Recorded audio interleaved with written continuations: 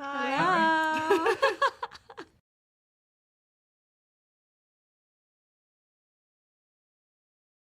I mean, one, it's such an honor to be a part of a special project like this. I feel like this is really the first big Korean-centered animation movie where we have all the leads being Koreans, right? And obviously, we all love K-pop, and I mean, I was gonna say we love slaying demons, but I feel like that's not something that happens often. I don't think. No, but I think I love like the food and all of the beautiful, you see all the city shots and you almost feel like you're in Seoul. So I feel like it's really fun. And yeah, every time when we're filming, I'm like, why do they make the food look so good? It makes me hungry. And the girls are always eating. And so yeah, I love it. I'm so excited to be a part of it.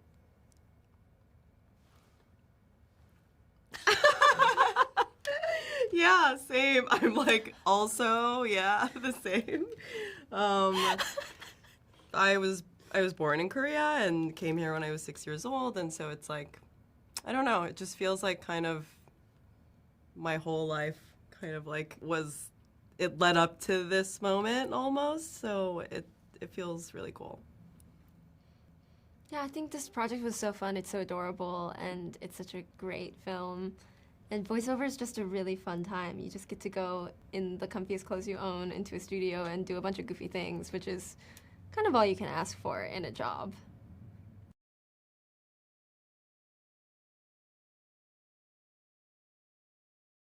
I think I eat as much as Mira does. It really is just full expression of, it's my first voiceover thing, so it really is so cathartic to just scream. And also I was eating food when I was doing the food eating scenes, because I was like, I'm not gonna pretend I'm chewing, like give me something. So I was really seriously snacking. And yeah, it feels good to be able to yell and not think about my shell. Didn't mean to rhyme, but to not think about my body. It kind of disappears. That's it, I don't know. I'll agree. I also ate a lot. A lot of the snacking was so fun. The slurping sounds are always, like, it's freeing because we're so, like, not allowed to do that at home. But, I felt so Korean for a second. I am Korean now. No, I think, wow, I just brain farted. What were we saying? Like how we connected to the character. Oh, yes. Yeah. No, Rumi is, like, so cool. She's cooler than I could ever. She's literally the coolest version that I would ever hope to be. But she's, like, way cooler than me. But I also love that I could be, like, goofy and silly, and a bit of, like, myself was in there, too. I feel like Maggie and Chris were so supportive of, like, yeah, they're, like, sometimes I would, like, when we weren't recording, say weird things, and they were like, oh, do it like that. And I was like, what? You know? Like, yeah. I feel like I'm so cringy sometimes and, like, dorky, and then I feel like sometimes it's fun to be like, oh, wait, that feels like a little bit like me. And I feel like Rumi's so cool, but also a little bit dorky in the best way. Yeah, I like, I think all of the women in here, what I was attracted to is it's very much, a lot of the girl power is you can be cute and be strong, that you don't have to give up one for the other, and I thought that was really charming, and that's stuff that I love from my childhood, like Totally Spies, and like Sailor Moon and Charlie's Angels, and Buffy the Vampire Slayer, like all of these women are like gorgeous and also are just so cool. And I think in terms of, like, the comedy was not new to me, but I hadn't done it. A lot of, in film and TV, a lot of my film and TV roles have been deeply serious. So it was really nice to come back to my comedy roots. And I think Zoey is a lot more anxious and high energy than I am, but essence-wise, we're pretty similar. Zoey's probably the closest to myself that I've played. Oh. Yeah.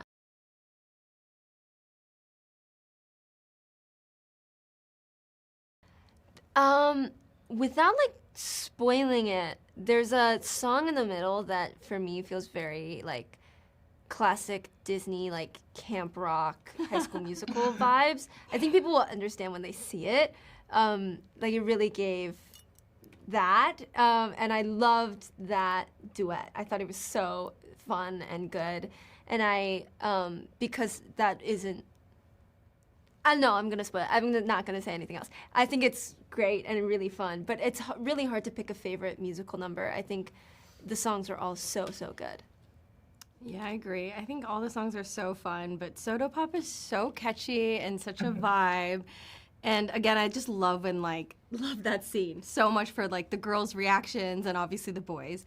And then I love Golden. Golden is just, I feel like it's such a powerful song, and I feel like it's so special for the girls. And again, like sort of that hero moment where, yeah, we really get to shine as who we are, and I feel like so proud to be Korean American. Yeah, Golden is also my favorite. Just, it's the anthem of it, and it just kept getting stuck in my head after, and I'm like, why have I watched this so much? Like, because we have access to it. Exactly. I don't need to go to the screening. I was watching it again yesterday too to like refresh, and I was like, oh, I love it. It's so good. Yeah, it's so sweet. I'm really excited for everyone to hear it, and I'm really curious to see how it'll be received. Like just the music alone.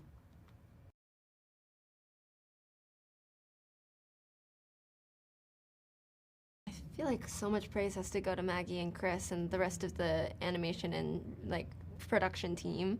They really put in a lot of research, and it's really beautiful, and they're coming to it with a lot of respect, which I think is really lovely to see.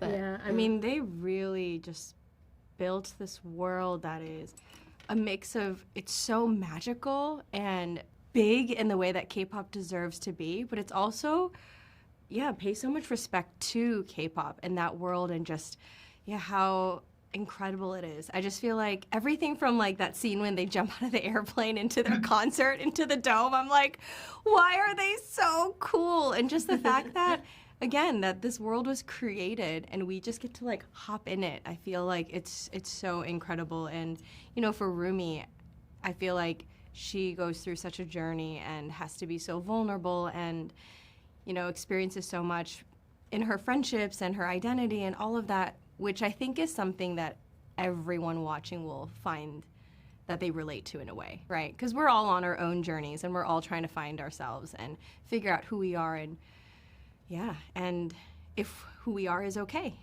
And so, yeah, I feel like it's really special. I feel like it was so much more, because also the animation wasn't,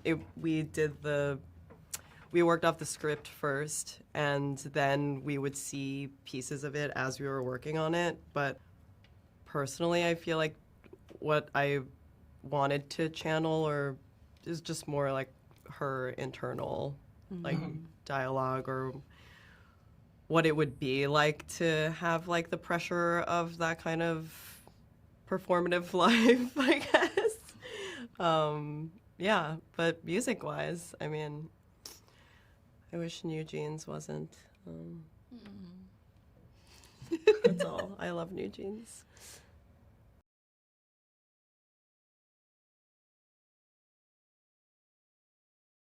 I like all the yelling stuff. I like all the big, goofy, fun stuff, because I feel like there's something about it that it's the most different from on-camera acting, you know? I feel like we can't go, I mean, maybe we can go that big sometimes, but again, in the stuff I've done, I feel like it wasn't appropriate. Yeah, like, so when do you get to? Right, yeah, you never get to be, like, ridiculous, and I feel like the more ridiculous, I mean, there were some times where they're like, okay, that's good. Dial it back. Yeah, dial it back. But I feel like that's fun, because we never get to do that. So I feel like I love stuff like that. It was very freeing and fun, and yeah, I would just like leave like exhausted in the best way, and it just was such a fun day. Also, just because the recording studio is so perfectly dampened that when you are doing the screaming, you don't feel sort of like the audio ripple effect of like the screaming that you're doing. So it's kind of like it ends as soon as you stop. Like there's no echo.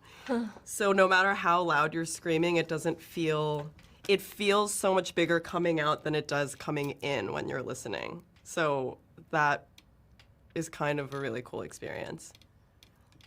A true void. I feel like Maggie and Chris just create such a welcoming environment. So honestly, I think I just got to ad-lib a lot. They let me say all sorts of random stuff in the booth. And I think some of it ended up in the movie, I think. But it's just a really fun way to experiment because, like Arden said, you can go so big with voiceover and there's not so much stakes of, like filling up data cards or rolls of film. And you're not on as much of a time crunch in the same way that film production can be, so you get to have a lot more fun.